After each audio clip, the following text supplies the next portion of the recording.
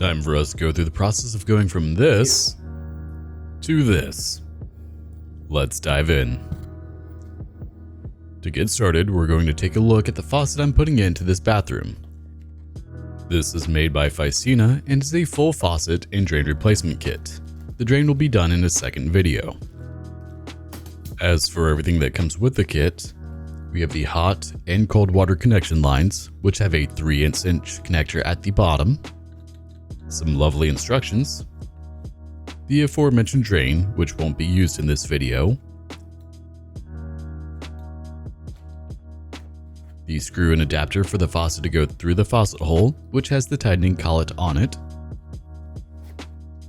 the 3-hole base plate cover, and finally, the faucet itself. I managed to forget to pull out the gasket and washer that go between the sink and the collet. Those were in the very middle pocket.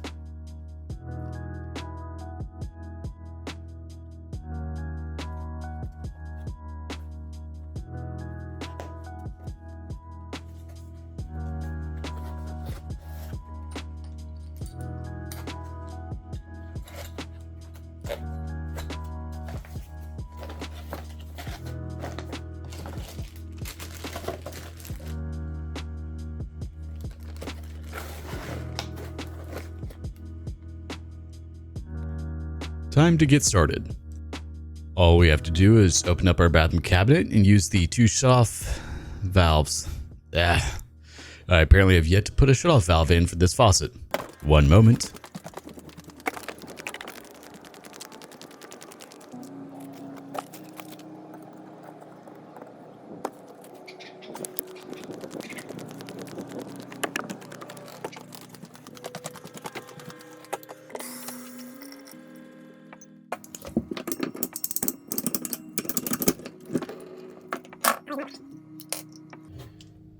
And there.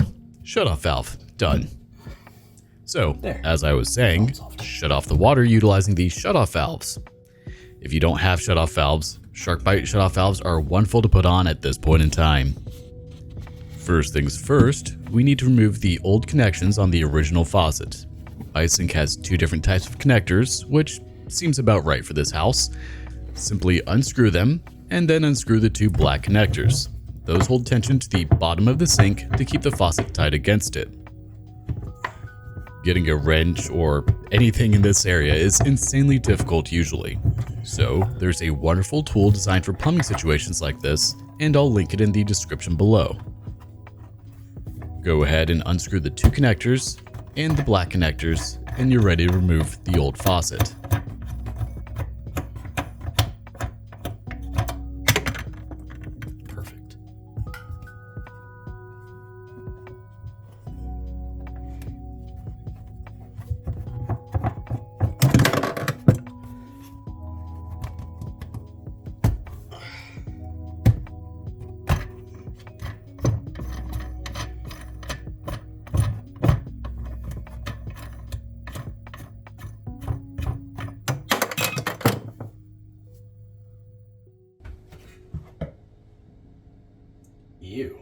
Just take the old, gross faucet and yeet it directly into the garbage can.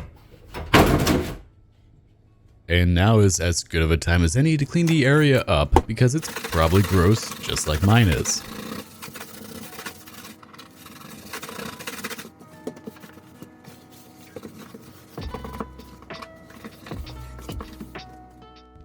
It's now time to take everything out of the box and get it ready to go in.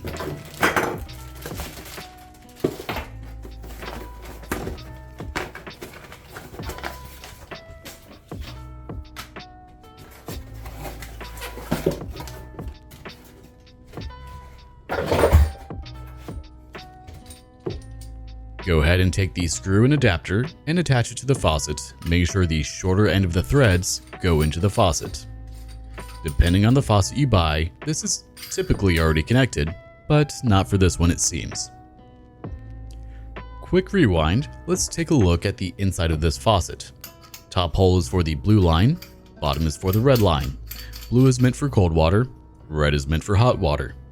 The easiest way to tell which is designed for which hole is by looking at the dot on the bottom of the faucet that's red and blue. Just match the hoses to their respective holes.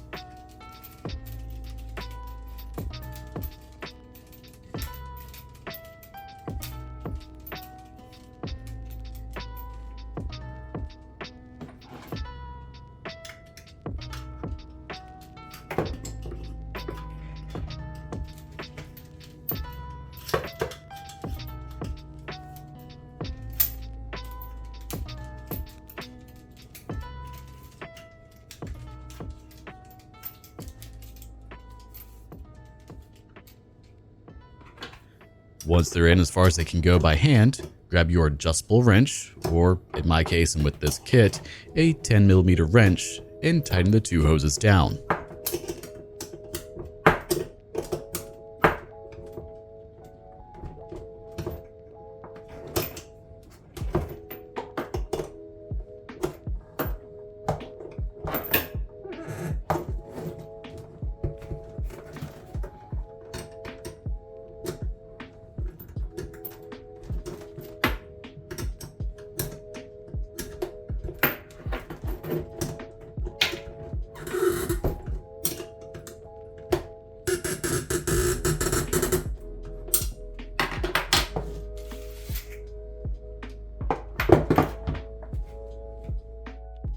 Before I actually put the faucet in, I want to show the order that everything goes. The faucet will go into the base plate, guiding the hose down through the plate first, and then bring it all the way up. After that, you'll put the faucet with base into your sinkhole, but for demonstration purposes, you can see that once it's in, you just put the rubber gasket, then the metal gasket on top of that, and then finally the gold collet.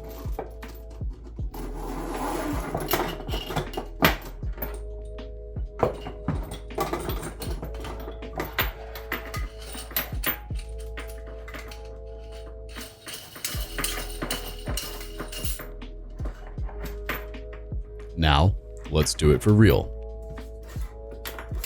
As mentioned, put the faucet down through the base plate, through the hole in your sink, and get ready to be uncomfortable for a few minutes.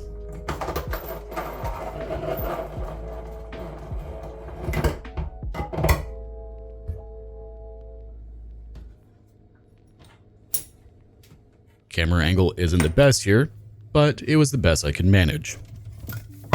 So, as I mentioned, rubber gasket, followed by metal gasket, then the yellow collet. With the yellow collet, you'll want these screws to be backed all the way out, as those will actually apply tension to the faucet to make everything tight. Go ahead and tighten the collet down as far as you can with your hands, and then tighten the two Phillips head screws on it to apply the last bit of tension.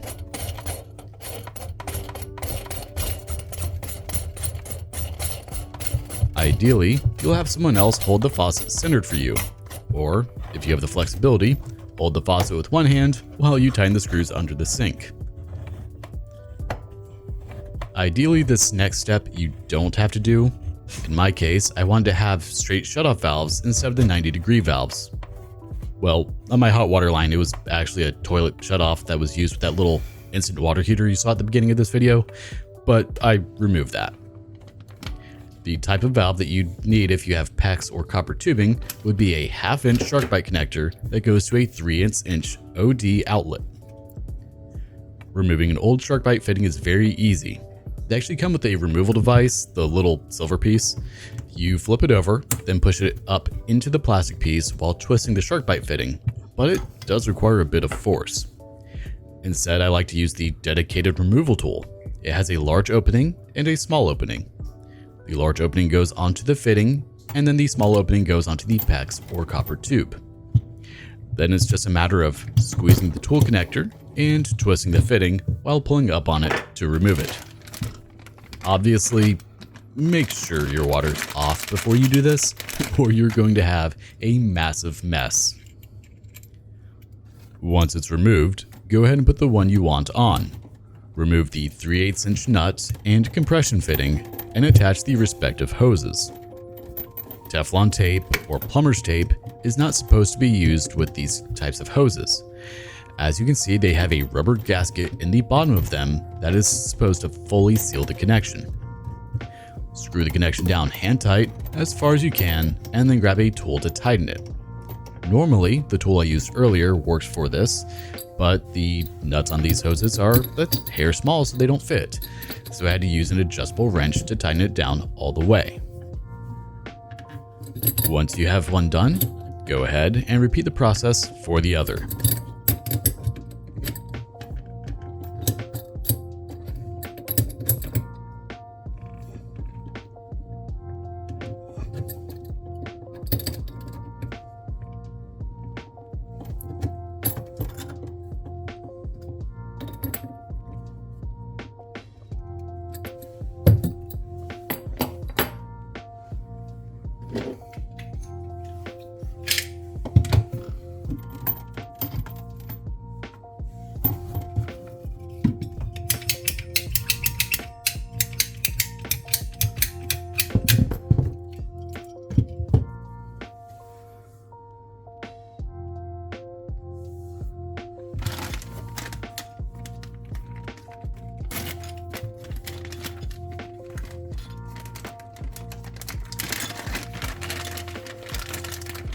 I really love how easy it is to put shark bite fittings on. They just press on and seal beautifully.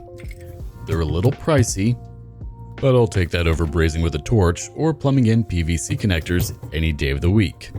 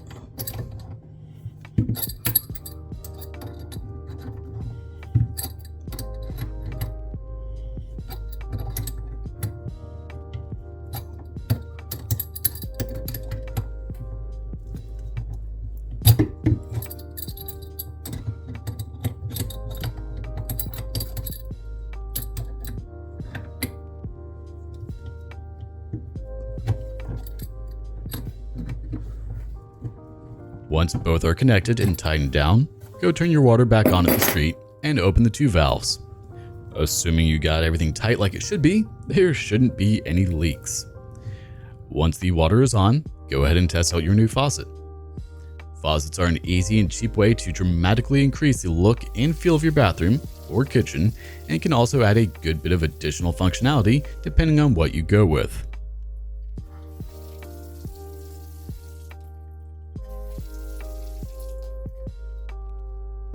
But that's all for this video. I hope you found it useful. And as always, if you like the content I'm putting out, make sure to like, comment, share, subscribe, and don't forget to hit the notification bell to stay up to date with all new content as it comes out. Thanks so much for watching. Take care.